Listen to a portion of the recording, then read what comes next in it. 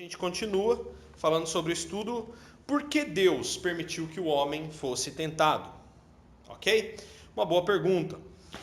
Deus havia criado o homem à sua imagem e semelhança. Assim, o homem possuía livre arbítrio como uma criatura de Deus. Estava sujeito a ele e suas determinações. Porém, o verdadeiro amor ao Senhor se manifesta na obediência da sua palavra. Como diz em João 14, 15, João 14, versículos 15, 23 e capítulo 15, versículo 14, tá? Tanto que a gente vê isso muito claramente no livro de Samuel, quando o rei Saul começa a sacrificar e fazer um monte de coisa que não era afeto à figura, né, a figura de Saul. Na verdade, sacrificar era uma ordem divina para o profeta. E o rei fazer isso era abominação para Deus. Nisso Deus o rejeitou, porque ele se tornou soberbo. E aí se manifesta a grande frase, né, que é uma frase coerente, participante da cultura judaica, que é melhor obedecer do que sacrificar Saul. Você fica aí sacrificando, mas Deus não quer saber de sacrifício. Deus quer saber de obediência antes de qualquer coisa. Porque mesmo fazendo sacrifício, em desobediência, para Deus não é legal. Então, e aí? Com o livre-arbítrio, o homem podia voluntariamente mostrar a inteira disposição de obedecer a Deus de coração. Com o livre-arbítrio, uma atitude dessas não representaria nada. Da mesma forma, sem que houvesse tentação, sem que fosse oferecida uma alternativa, o homem não teria tido oportunidade de mostrar que desejava sujeitar-se a Deus em tudo. Assim, Deus permitiu que Adão e Eva fossem tentados, dando-lhes, porém, as possibilidades de vencer. Deus também permitiu que seu próprio filho fosse tentado. Lucas passou por uma prova muito mais dura. Jesus passou por uma prova muito mais dura, relatada, na verdade, em Lucas 4, do 1 ao 13. Você vê, como eu expliquei na última aula, Jesus foi tentado. E ele não foi tentado tipo assim, Satanás chega lá, Jesus, casa, irmão. Não, porque não casar, isso não é o meu propósito. Jesus, sei lá, pede uma roupa aí. Roupa? Eu lá sou homem de ficar ligado em roupa. Jesus, transforma a pedra em pão. Você está com fome, 40 dias. Transforma a pedra em pão. Porque transformar a pedra em pão significaria demonstrar o seu poder como Deus. Não, nem só de pão virar homem. Então tá, leva ele no alto da montanha, se joga daqui, porque aos seus anjos dará ordem a seu respeito. De novo apelando para a autoridade divina de Jesus, como Deus. Não vou, porque não tentarás o Senhor vosso Deus. Faz o seguinte, seu plano na terra, né? Vamos falar o pensamento completo para a gente entender o que foi a tentação de Jesus quando Satanás faz essa proposta. Se você prostrado me adorar, tirarei toda a terra. Por que ele tenta Jesus nisso? Ele tenta Jesus nisso porque no plano espiritual já estava decretado que quando Jesus morresse na cruz e ele ressuscitasse, todo o poder seria dado a Jesus, tanto nos céus quanto na terra. Satanás tenta burlar esse processo, sem morte, sem sofrimento, sem nada, e fala, é só prostrado me adorar. Você já está no céu mesmo, que aí a terra é sua. Você está vendo que Satanás a todo momento tenta apelar para a intenção positiva? Não. E aí, Jesus passa pela mesma situação, né? O que motivava Jesus? Qual era o objetivo de Jesus? O objetivo de Jesus era obedecer o Pai e cumprir os planos do Pai. E Satanás vai, mas você vai estar cumprindo o plano do Pai, você vai dominar sobre toda a terra, só me adorar. Você tem que morrer, para que morrer? O Pai falou isso só para te enganar. Jesus homem, né? Mas aí Jesus não é o primeiro Adão. Jesus é o novo Adão agora, como Paulo afirma. É o segundo Adão. Opa, peraí, ele é o segundo Adão? Sim, porque pelo primeiro Adão o pecado entrou, mas pelo segundo Adão agora o pecado é tirado do mundo. E aí Jesus agora não é aquele Adão, homem crescido, que na verdade é só um bebê gigante. Não. Jesus cresceu, foi educado, foi ensinado, né? se viu nas circunstâncias do dia a dia, e Jesus chega na idade adulta como homem adulto vivido. E ele foi tentado com certeza em muito mais coisas que a Bíblia não relata porque não é foco para nós. Mas Jesus foi tentado até a hora da morte dele. Você é o Cristo? Na boca do ladrão, né? Como eu falei aqui na semana passada. Você é o Cristo? Você é Deus? Então desce dessa cruz, salva você, salva a gente também, a gente rebenta tudo. Mostra o teu poder. Entendeu? Então a todo momento Jesus foi tentado para que ele desistisse do plano, ou burlasse o plano, atingisse o objetivo final, né? A intenção positiva, mas desobedecendo o plano do Pai. Só que Jesus estava preparado. Jesus orava 3 horas por dia como homem, né? No mínimo, 3 a 6 horas. Pouquíssimo. Pouquíssimo. Pouquíssimo. Olha só. Deus sabia que seu filho, como homem, tinha possibilidade de cair. Se não houvesse essa possibilidade, a tentação teria sido apenas uma representação. Então Jesus podia cair, tá? Porém, Jesus venceu e permaneceu sem pecado, como afirma em Hebreus 4:15. Tendo voltado do deserto da tentação cheio do Espírito Santo, Lucas 4:14, aprendeu obediência por aquilo que padeceu.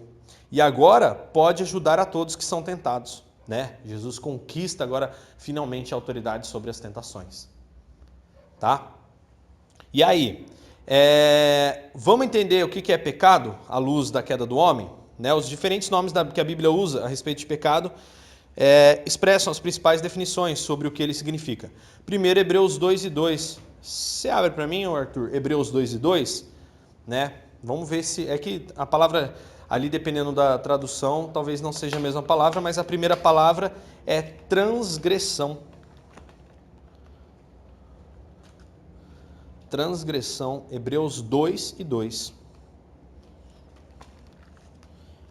Hebreus 2:2.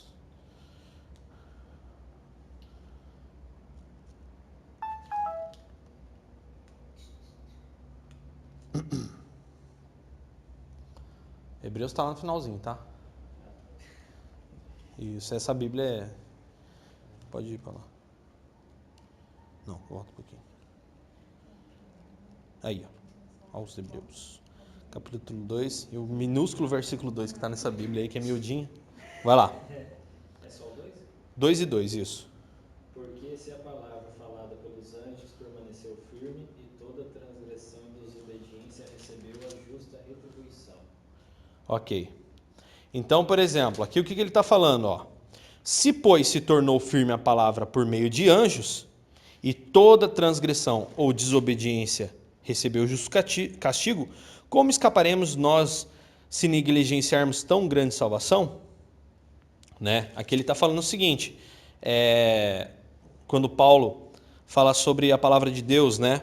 Por essa razão importa que nos apeguemos com mais firmeza às verdades ouvidas, para que delas jamais nos desviemos. Se, pois, se tornou firme a palavra falada por meio de anjos, e toda transgressão e desobediência recebeu justo castigo, como escaparemos nós se negligenciarmos tão grande salvação?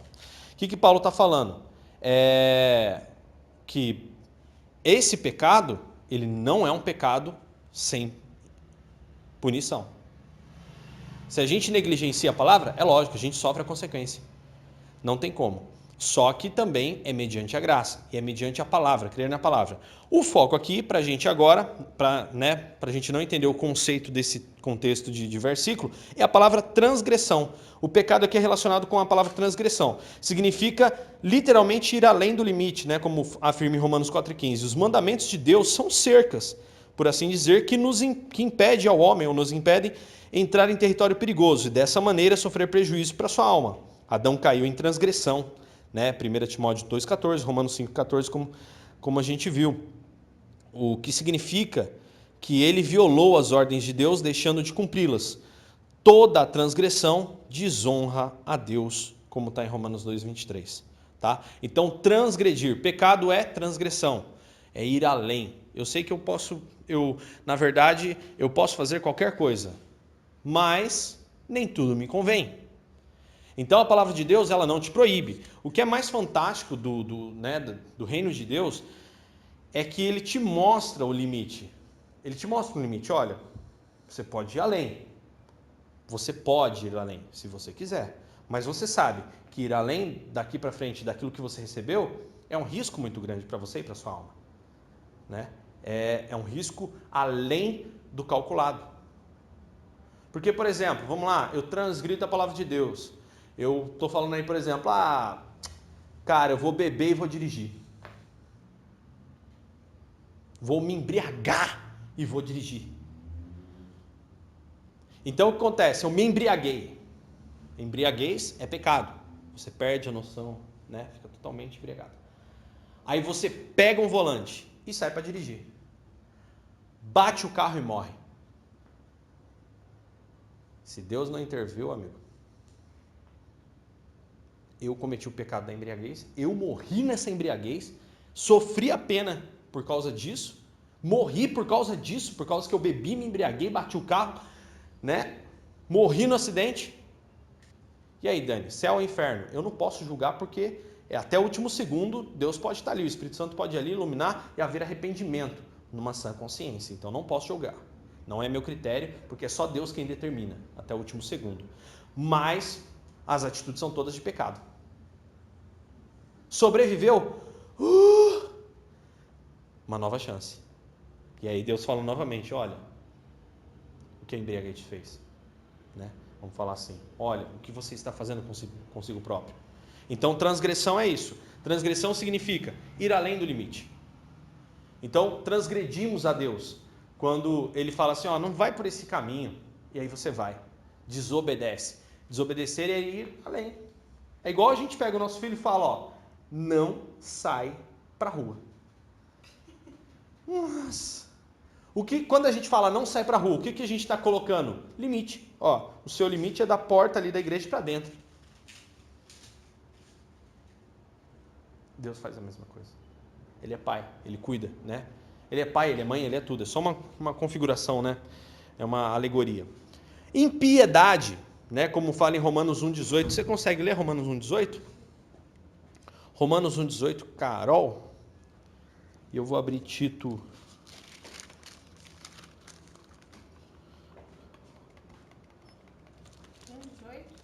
Romanos 1,18.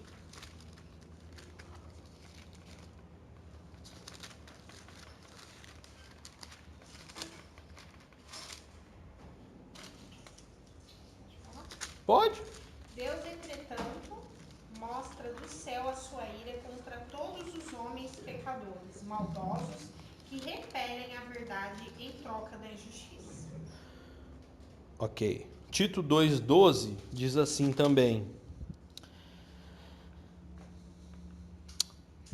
11 e 12. Porquanto a graça de Deus se manifestou salvador a todos os homens, educando-nos para que, renegadas a impiedade e as paixões mundanas, vivamos no presente século, sensata, de forma justa e piedosamente, aguardando a bendita esperança e a manifestação da glória do nosso grande Deus Salvador Jesus, o qual a si mesmo se deu por nós, a fim de remir-nos de toda iniquidade e purificar para si mesmo um povo exclusivamente seu, zeloso de boas obras. Então aqui fala sobre impiedade. Romanos 1,18 também, em alguma tradução, deve falar sobre impiedade. O que é impiedade? Significa uma ação sem piedade. Isso é uma ação sem amor, sem adoração e devoção às coisas de Deus. O homem ímpio é o que dá pouca ou nenhuma importância a Deus e às coisas sagradas. Essas não produzem nele nenhum sentimento de temor e reverência. Ele está sem Deus porque não quer saber de Deus. O pecado como impiedade, eu vejo muito, né? As pessoas falam assim, existe crente, existe ímpio, né?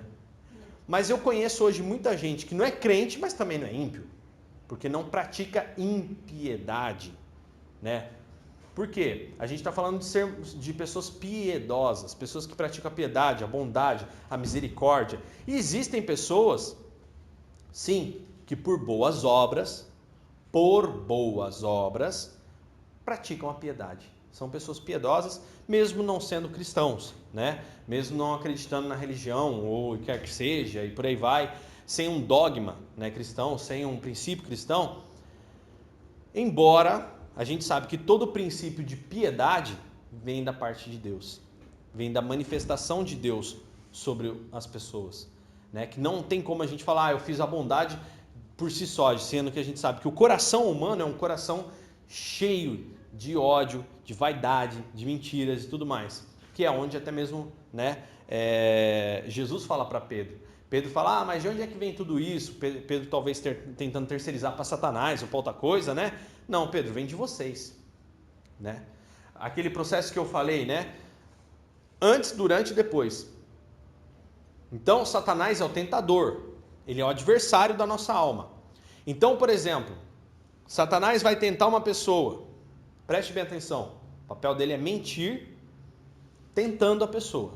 Esse é o papel de Satanás. Satanás não veio para roubar, nem para matar, nem para destruir. João 10, isso. João 10, que fala sobre essa alegoria, essa figura de linguagem daquele que veio para roubar, matar e destruir, é na verdade os pastores de Israel.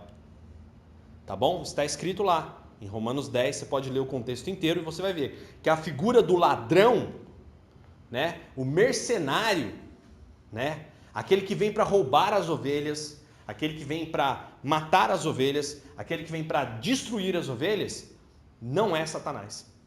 Satanás é aquele que espalha, aquele que lança contenda, mentira, vaidade, usa a vaidade do coração humano. E aí Jesus também fala para Pedro, Pedro, está tudo dentro do coração de vocês. O coração humano é ruim. O coração humano tem um problema. E é por isso que Jesus manifesta a sua graça na cruz, para poder corrigir, né? Para poder permutar. Ele dá a vida dele em troca das nossas vidas, para que nós pudéssemos aceitar esse sacrifício e sermos salvos. E lógico, a vida dele habitando em nós, a gente consegue suprimir, sufocar todos esses sentimentos com a palavra de Deus e com a presença do Espírito Santo. Isso é importante a gente entender. Que o pecado, a vontade de pecar, ela começa a ser suprimida à medida que eu começo a orar e buscar e me fundamentar principalmente na palavra.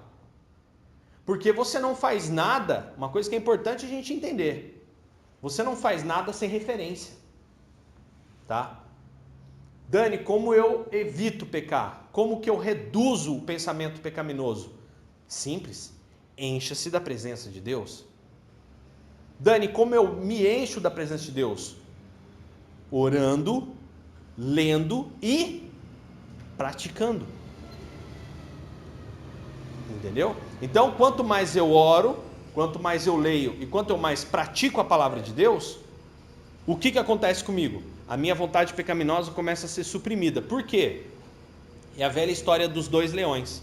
Eu tenho um leãozinho do pecado e eu tenho um leãozinho do espírito.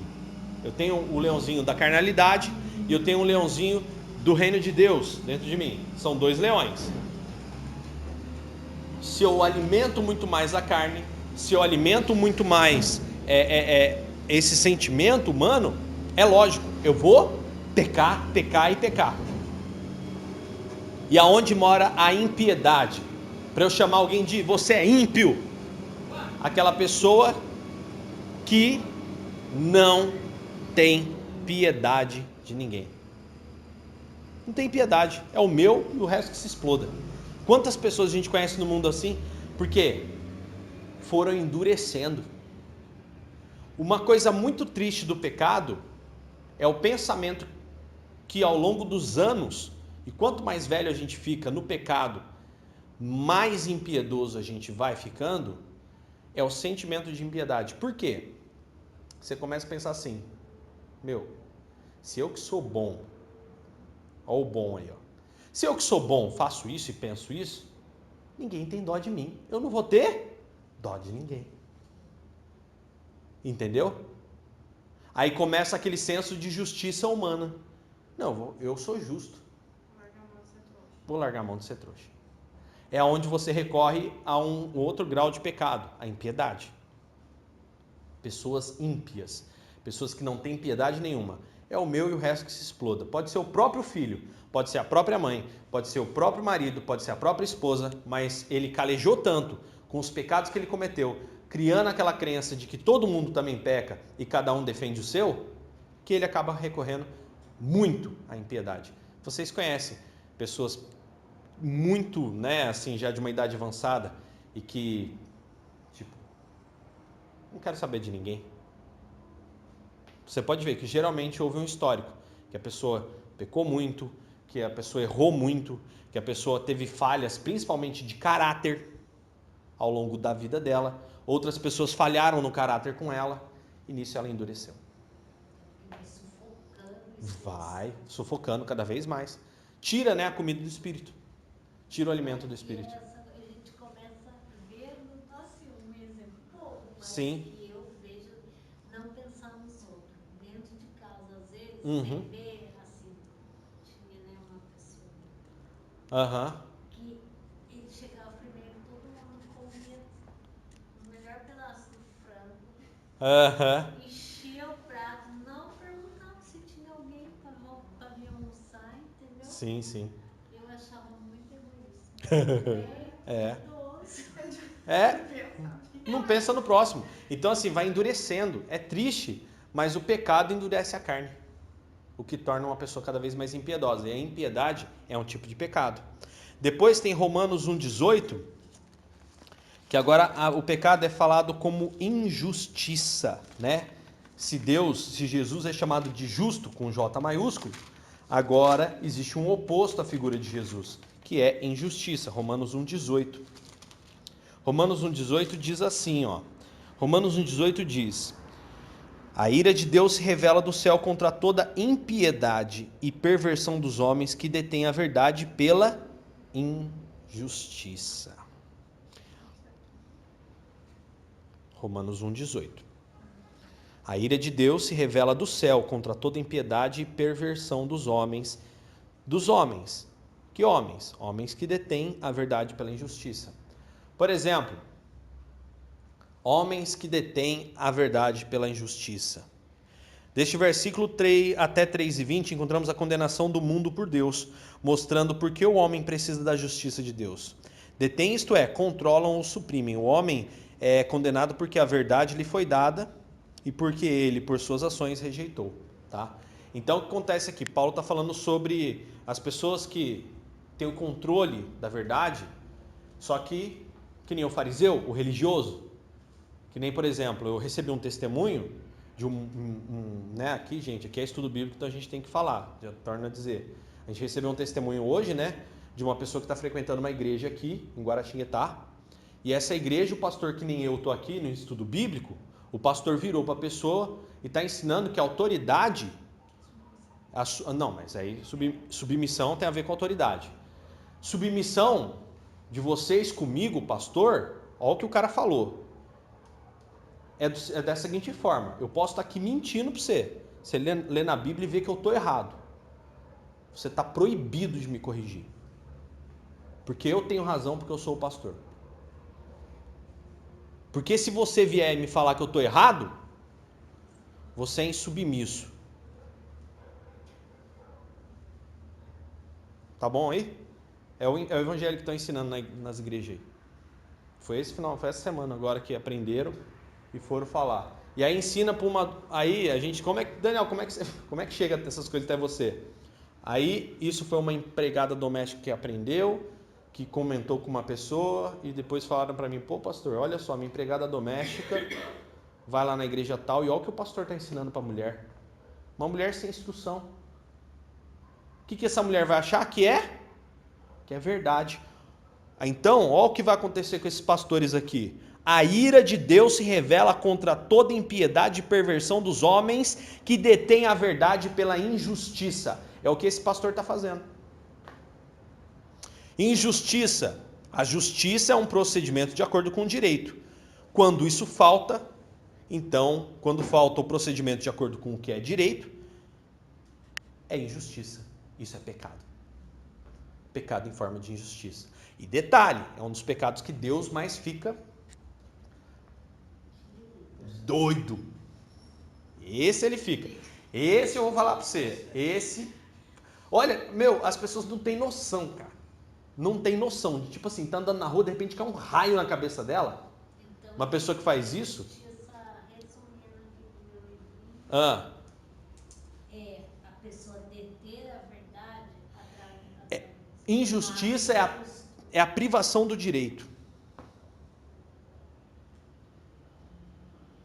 Injustiça é a privação do direito.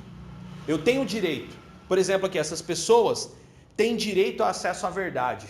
Só que existem outras que detêm o conhecimento e manipulam a massa. Ele está retendo a verdade. Hã? Tornando para si. Sim. Manipulando para ser benéfico a ele, que é corrupto. Né? No nosso país, a gente... É a mesma coisa do governo. O jeitinho brasileiro. É o jeito brasileiro. Tá? Agora, Hebreus 2:2 também falou uma palavra chamada desobediência, né? Essa é braba. Significa insubmissão ou rebelião. Tá? Literalmente, ouvir mal. Ouvir com falta de atenção. Coisa que diante de Deus é como feitiçaria, como diz 1 Samuel 15:2.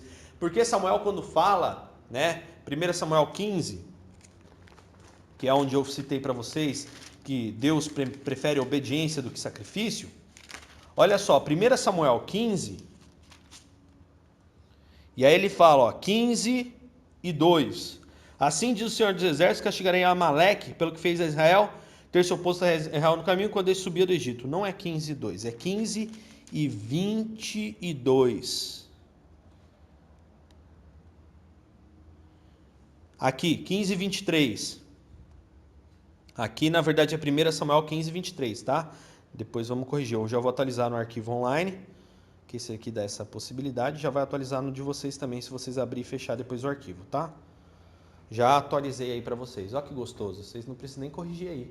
Eu corrijo para vocês, tá vendo? Se vocês atualizar, já atualizou o 23 aí. Samuel 15:2. 15:23. Se você atualizar o arquivo...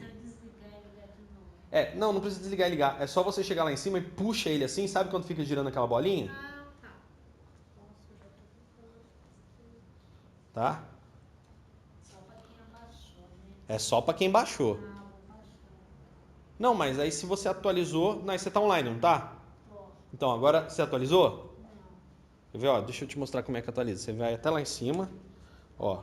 Aí você faz assim, ó. Tá. Viu? Aí ele tá atualizando, ó. Atualizou. Impiedade, injustiça, desobediência. Olha lá que bonitinho agora. Tá. Bacana, né? Legal. Vocês atualizam, eu já atualizei para vocês aqui. Maria tá pedindo oração, se inscreve. Amém. Vamos orar. Falta não abrir, né? Tá bom. Tiago, ele não vem coisa, tá lá, meio oração, Maria. Amém. Chique. Por que é o 354 que saiu? Não sei. Depois a gente vê. Depois a gente vê o grupo aí, tá? Vamos seguir aqui no estudo.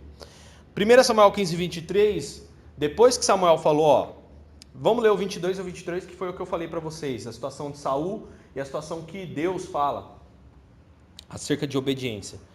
Versículo 22, porém Samuel disse, tem por acaso o Senhor tanto prazer em holocausto e sacrifício, quanto em que se obedeça a sua palavra? Eis que obedecer é melhor do que sacrificar, e atender melhor do que a gordura de carneiros, né, que era queimada no holocausto. Versículo 23 agora, porque a rebelião é como o pecado de feitiçaria, e a obstinação é como a idolatria, e culto a ídolos do lar. Visto que rejeitaste a palavra do Senhor, ele também te rejeitou a ti, para que você não sejas rei sobre Israel. Ok? Não sejas rei. Bem, foi o que Adão e Eva cometeram também, tá bom? Foi a situação de Adão e Eva também. Desobediência. Desobediência é comparada à feitiçaria. E uma coisa que a gente também precisa gravar é que a obstinação é como o pecado de idolatria. Por que obstinação é como idolatria? Por exemplo, uma pessoa obstinada, ela idolatra a si e aos seus próprios planos, fora da direção de Deus. Então é idolatria do mesmo jeito. Essa cultura anticristo, né? Porque é uma cultura bem anticristo que está por aí. Cristo fala, né, ame ao teu próximo como a ti mesmo. Então, é sinal que você precisa ter um pouco de amor próprio, lógico, você tem que ter amor próprio, para você ter um padrão de amar o próximo. Porque se você não ama nem a si mesmo, como é que você vai amar os outros? Tá? Então, ama o teu próximo como você ama a ti mesmo. Ou seja, não faça para a pessoa o mal que você não gostaria que fizessem para você. Da mesma forma, proceda para com o próximo como você gostaria que procedessem para contigo. Ou seja, quando você se vê naquela cultura do tipo assim, primeiro eu, ou só eu. Só eu, só eu, só eu e só eu. Mas espera aí, você não gostaria de ser priorizado por alguém? Não, mas eu tenho que me priorizar. Não. Você não respondeu a minha pergunta. Você não gostaria de ser priorizado por alguém? Sim. Então comece a priorizar alguém primeiro. Entendeu? Então é uma cultura anticristo que está se estabelecendo em que, não, primeiro eu e só eu depois. Mais ninguém. E então, essa questão da obstinação é como idolatria. Por quê? Você faz culto a si próprio. Entendeu? Cultua suas próprias ideias, cultua a si próprio e o resto que se exploda. Então tem que tomar cuidado com isso daí. Então, desobediência é insubmissão, é rebelião, é independência, é morte. Tá? Não é independência ou morte. É independência de Deus, é morte, morte eterna. Tá? Então, o pecado também é classificado aí dentro dessa circunstância. Iniquidade. Vamos lá em Romanos 2:8. Esse coisa do 1 Samuel que Saul não cai naquele que ele tinha boa intenção. Cai. Né? Mas qual que era a boa intenção dele? Levar umas coisinhas gordinhas. E outra, fazer a estátua dele, obstinado. Ele era um cara obstinado. Ele cultuava a si próprio. Intenção positiva. Você vê que... E não é que ele não ouviu direito. Não. Se você continuar lendo lá depois, ele quer arrumar um monte de desculpa para Samuel. Tanto que Samuel fica até com dó dele. Tanto que Deus chega no momento e fala assim para Samuel, até quando você vai ter dó de Saul? Ele tinha uma lábia. Tinha. Ele era pá de cá, pá de lá. Ele era fogo.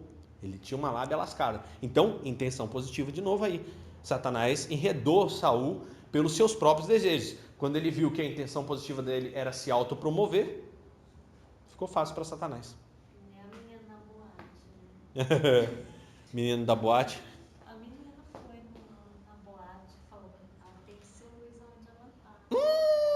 Evangelizar. Aham. Vai lá. Ela Né? Faz sentido? Faz sentido. Não. Não. Romanos 2:8.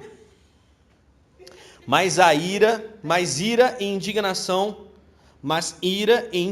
aos facciosos que desobedecem à verdade e obedecem à injustiça.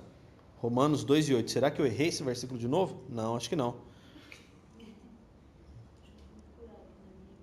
Às vezes é a tradução que é diferente. 1 João 5,17. Deixa eu dar uma olhada em 1 João 5,17. Porque ali está falando de pecado também, né? 5,17 diz o seguinte: toda injustiça é pecado, e há pecado não para a morte. Significa uma falta de equidade, a iniquidade, né? Deixa eu só abrir aqui na minha outra Bíblia. Iniquidade. Vamos pegar aqui. Quais são os pecados que não levam à morte? Calma, a gente vai chegar lá. Não apressa. Eu tô até marcando aqui, ó. Vamos chegar lá. Por causa desse versículo 16 aqui que eu fiquei preocupada. Deixa eu abrir aqui. Meu 17 está assim, toda maldade é pecado. Ó, vamos pegar outros trechos também de iniquidade, né? Deixa eu só ver aqui qual que é o... No Ara. 2 Tessalonicenses 2:8, ó. Melhor, esse já está no trecho também. 2 Tessalonicenses 2, versículo 8. Versículo 7. Com efeito, o mistério da iniquidade já opera e aguarda somente que seja afastado aquele que agora o detém. Então será de fato revelado o iníquo, a quem o Senhor Jesus matará com o sopro da sua boca e o destruirá pela manifestação da sua vinda. Esse trecho está falando, né, do iníquo. Quem é o iníquo que está aqui? É o adversário, é Satanás, tá? O que é isso, ó? Significa falta de equidade, de retidão, de reconhecimento do direito ou dos princípios imutáveis de justiça. É algo que promove desordem. E quanta desordem o pecado não causou na vida do homem? Quando Satanás, o adversário, se rebelou contra Deus, promoveu a eterna desordem. O anticristo é por isso chamado de o iníquo, né? Que é essa figura aí, né? Que a gente leu em Tessalonicenses. Fala do anticristo, fala da figura, né, do apocalíptica. Uma coisa importante a gente entender, iniquidade, né? O salmista fala muito sobre isso. Fala muito sobre iniquidade. E bendito homem, que seus pecados são perdoados, né? Só que iniquidade, mais do que um pecado não confessado, tá? Iniquidade é a prática desse pecado. Ah, Gabriela, só assim mesmo. Deus perdoa.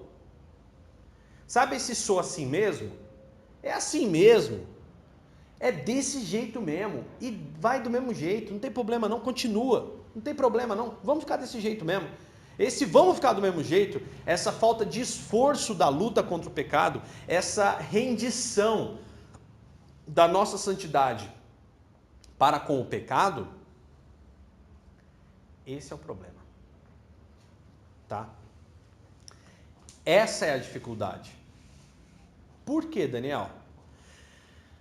Porque iniquidade é a conformidade com o pecado.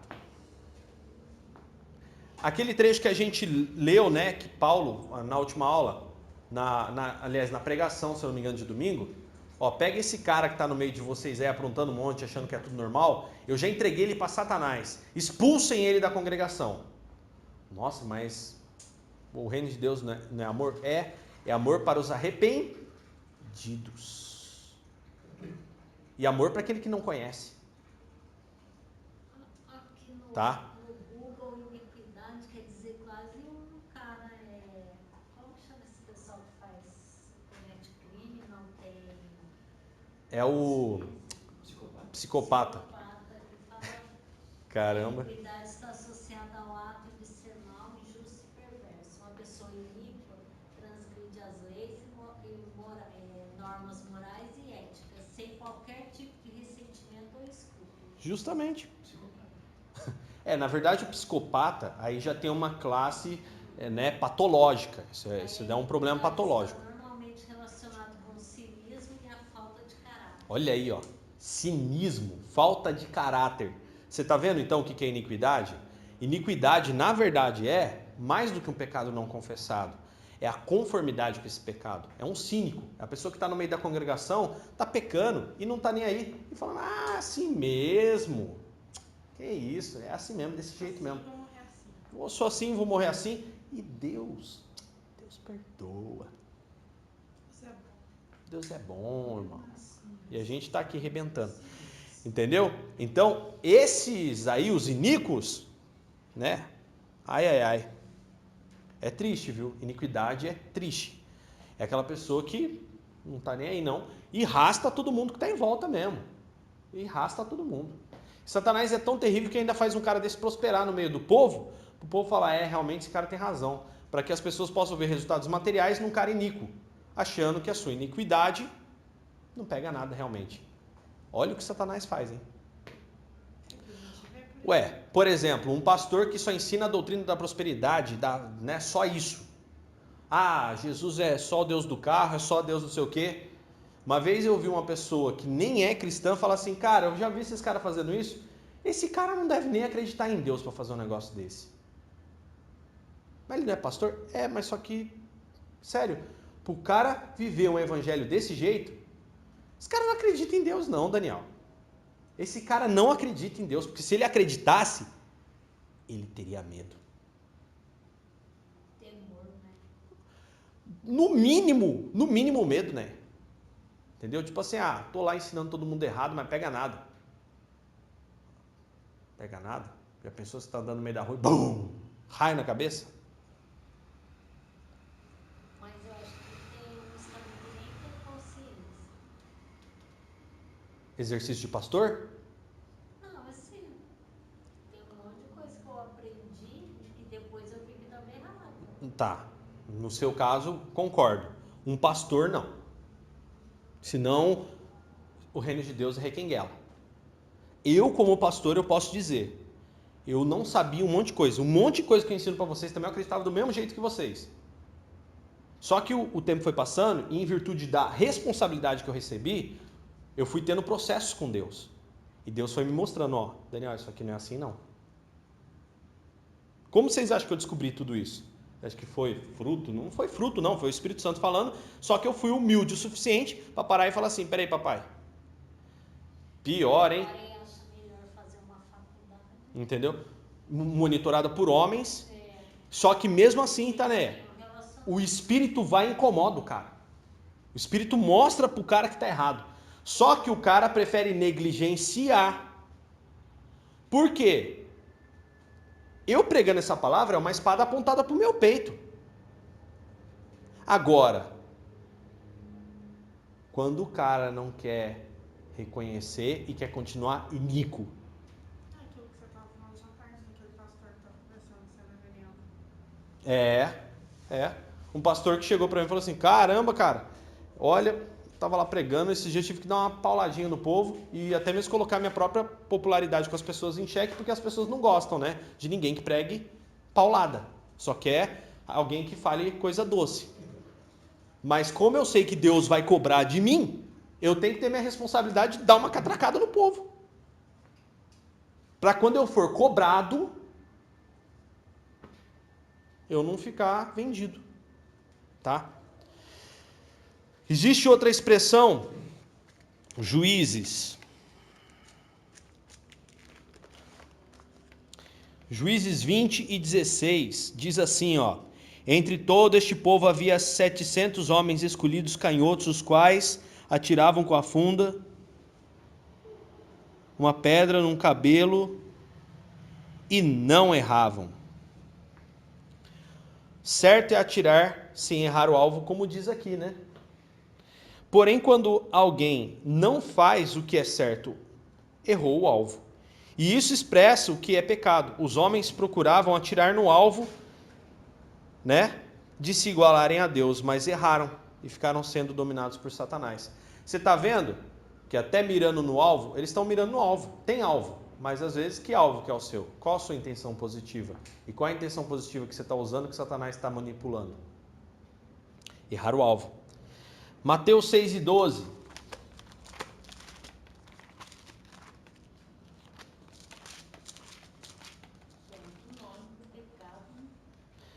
Mateus 6 e 12. E perdoa as nossas dívidas. O homem deve, a palavra deve vem de dívida. A Deus. Deve a Deus e guarda dos seus mandamentos. A guarda dos seus mandamentos. Todo pecado cometido é uma contração de dívida. Incapaz de pagá-la, a única esperança do homem é ser perdoado ou obter a remissão da dívida, como diz 2 Pedro 2, do 20 ao 22. Tá? Então, nós tivemos as nossas dívidas. Perdoa, Senhor, as nossas dívidas. Em Marcos, Jesus fala assim, olha, tudo é possível para o homem. E existia uma coisa que não era possível para o homem, que era limpar-se dos seus pecados. Mas até isso Deus fez, porque todas as coisas são possíveis para Deus. Então, quando na Bíblia fala que para o homem é algo impossível, mas para Deus não, esse contexto está falando de pecado. O homem não podia autolimpar-se a si mesmo. Não tinha como. Era necessário Jesus, o detergente da terra, entrar, limpar todo mundo e ele puxar a sujeira e levar para fora do mundo, do coração do homem. Então Jesus é um IPzão, é um IP. Não. Oi. Aquele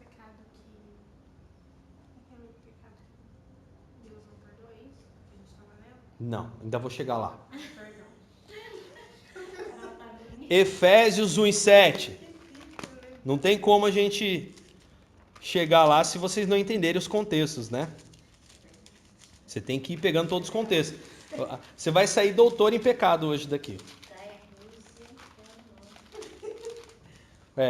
Vai sair em doutor, você precisa identificar o seu, pô. Você sai doutorado em pecado para identificar os seus, principalmente. Efésios 1:7 diz assim: no qual temos a redenção pelo seu sangue, a remissão dos pecados. A remissão dos pecados, segundo a riqueza da sua graça. Né? Aqui em algum trecho fala sobre queda. Queda é falta ou cair para um lado no grego, né? De onde a conhecida expressão cair no pecado, né? Pecar é cair de um padrão de conduta. Puxa, cair do caminho. Aquele que está de pé, cuide para que não caia. Derrota, Romanos 11:12, ao rejeitar a Cristo, a nação judaica sofreu uma derrota, perdeu o propósito de Deus. E depois o erro, como afirma em Hebreus 9:7, que descreve aqueles pecados cometidos como fruto da ignorância, e dessa maneira se diferenciam daqueles pecados cometidos presunçosamente, que é a iniquidade, né? Apesar da luz esclarecedora, o homem que desafiadoramente decide fazer o mal incorre em maior grau de culpa do que aquele que é apanhado em falta, que foi levado por debilidade. Né? A palavra fala acerca de os tempos da ignorância, né? Não são levados em conta, e a Bíblia também fala, Paulo fala assim, oi, era melhor não ter conhecido. Porque hoje que eu conheço, não tem desculpa para falar que eu não sabia. Se eu fosse ignorante de tudo, fosse morar numa tribo na África, nunca ouvi falar de nada. Ainda assim o Espírito age. Sério? É. Sabe por quê? Pelo seguinte, Eles chamam de conhecimento divino. é o chamado conhecimento de mundo. Você nasce sabendo o que é certo e errado. Por quê? Não, falando de aceitar Jesus, outra pessoa. Aí é o X da questão. Não tive oportunidade. Aí é outros 500. Outros 500. Isso daí é outra categoria que nem cabe a mim julgar.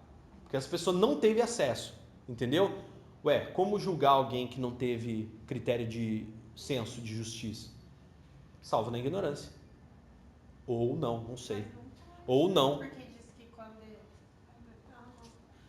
negócio da vila dele, todo mundo vai saber. Não. Aí é outro contexto. Não tem nada a ver com isso. Na volta dele todo olho verá e não sei o que. Vai ser notório. Entendeu? Vai voltar depois que todo mundo tiver recebido. Na verdade, isso daí vai chegar até os confins da terra, então virar o fim. O que acontece?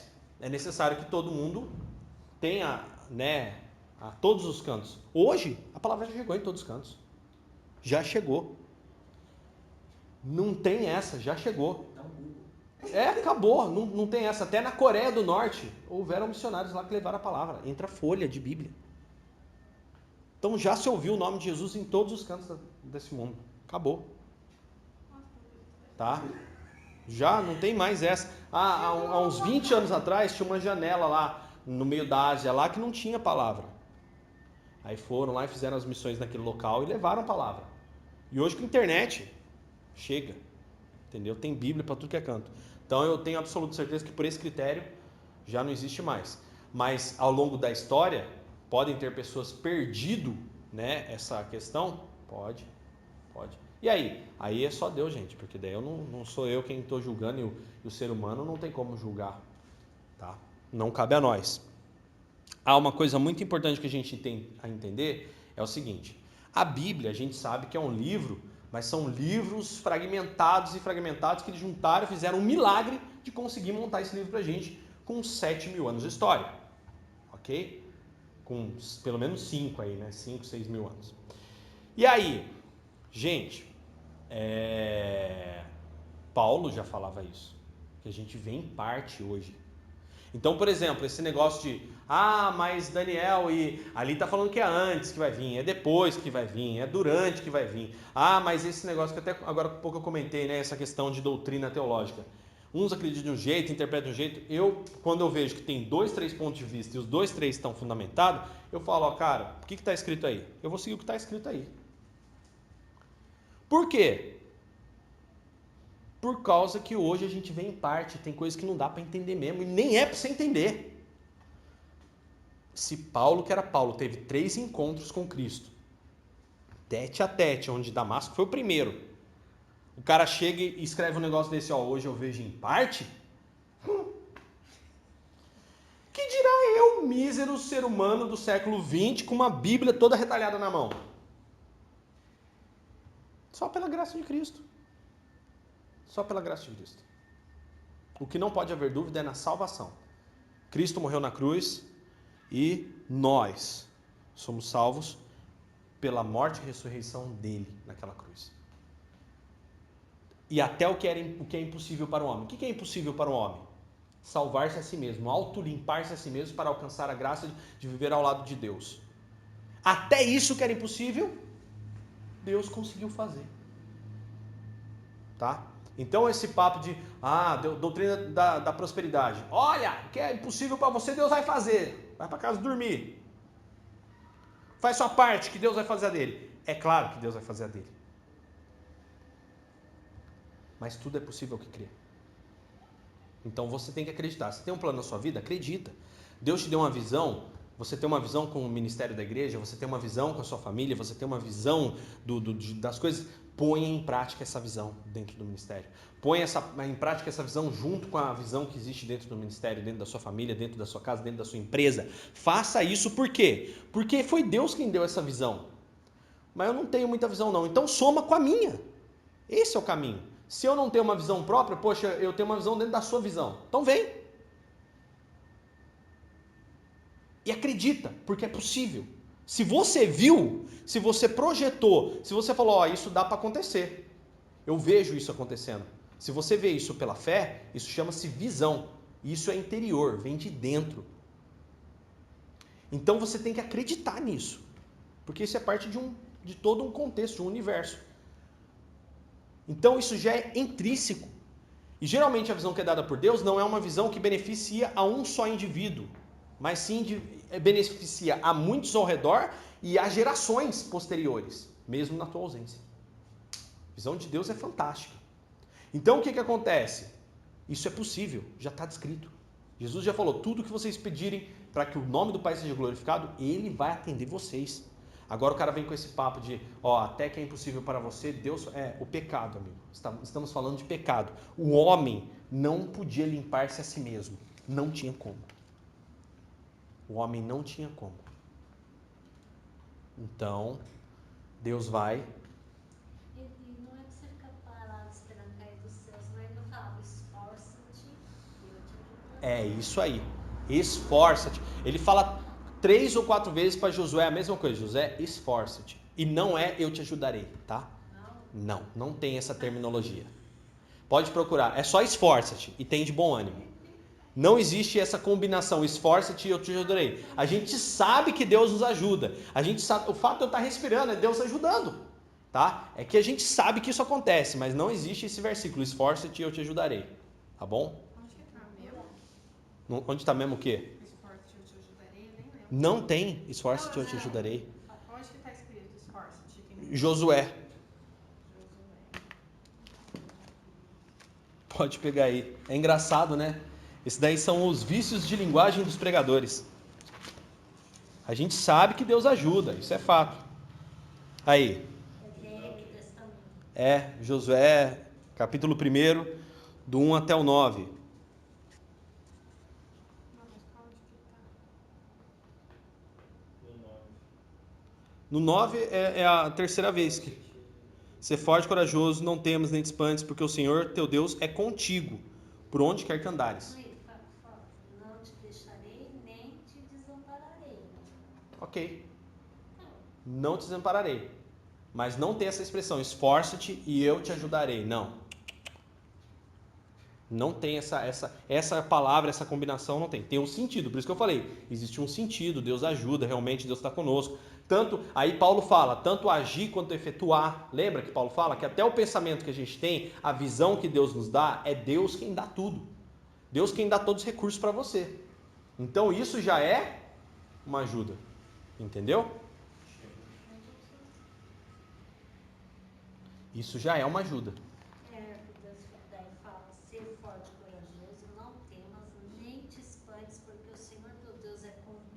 Uhum. Onde quer que andares. É isso aí. Bom, É contigo. Agora, tá intrínseco. Ó. Ah, Deus é contigo, mas e aí? Josué, se você continuar aí a leitura de Josué, você vai ver. Josué perde, né? Tem uma guerra de Josué que eles esquecem lá de fazer um procedimento, perde. Aí ele tem que voltar, fazer tudo de novo o processo, entendeu? E Deus estava com ele. Elias também era bem assim, né? Ele pediu até para parar. É. Não vai ser nada. Não é, e tem umas coisas que os caras no Antigo Testamento principalmente tinham uma iniciativa, né? Ô, para esse bagulho aí, acabou. Nome de Deus aí, ó, pode parar esse negócio aí. Só vai voltar quando eu mandar agora. Fé. Tanto que daí Tiago lá fala da situação de Elias, a fé de Elias, né? Uma fé até. Mas Tá fé ele porreta. foi abatido, né? Hã? Pediu para parar quando ele pediu para sair. Eliseu. Eliseu? Aonde? É Elias ou Eliseu que deixa a capa cair, o outro pega? Elias deixa a capa cair, Eliseu pega. Ah, então, Elias que pediu que não queria mais. Isso mesmo, 1 Reis 17. A gente tem, onde tem um pouco antes do Mas trecho Deus da falou viúva. pra ele, firma um pouco aí, né? É. Não, e ele. Não, e foi uma situação que ele foi parar lá ele só foi parar na viúva por quê? Porque onde ele estava o rio secou e não tinha mais o que comer. Ele mesmo, você quer que seque? Beleza, só que você tá junto. Não pegar nada. Ele confiou na provisão de Deus, acima de tudo. Então assim, tipo, eu te ajudarei. Ele já tá ajudando, amigo. Tá respirando? Tá vivo? Ele já tá ajudando.